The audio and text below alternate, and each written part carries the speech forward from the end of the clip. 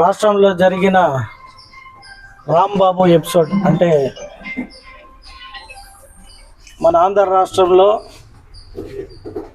నారా చంద్రబాబు నాయుడు గారి పరిపాలన పైన యావత్ భారతదేశం కూడా ప్రశ్నలతో అంటే మంచి అభివృద్ధి చేస్తున్నాడని కొనియాడే సమయంలో వైఎస్ఆర్ పార్టీ మాజీ మంత్రి నీటిపారుదల శాఖ మంత్రివర్యులుగా పనిచేసిన అంబటి రాంబాబు గారు వారు మాట్లాడుతూ చంద్రబాబు నాయుడు గారు ముఖ్యమంత్రి స్థాయి అని కాదు, కానీ నేను చెప్పడము ఆయన వయసు కన్నా ఒక రెస్పెక్ట్ ఉండాలి.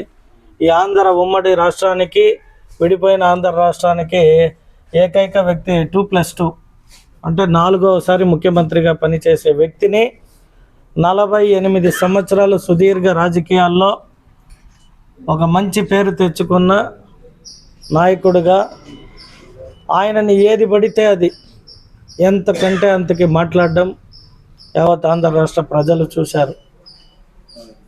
పడమ మొగుడు రా, వీడురా, వాడురా అని ఆ లాంగ్వేజే వింటే రాజకీయాల్లో ఉండడానికి కూడా చాలా బాధాకరము.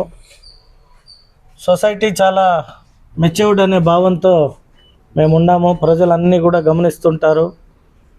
గతంలో వైఎస్ జగన్మోహన్ రెడ్డి గారి భార్య అయిన భారతి రెడ్డి గారిని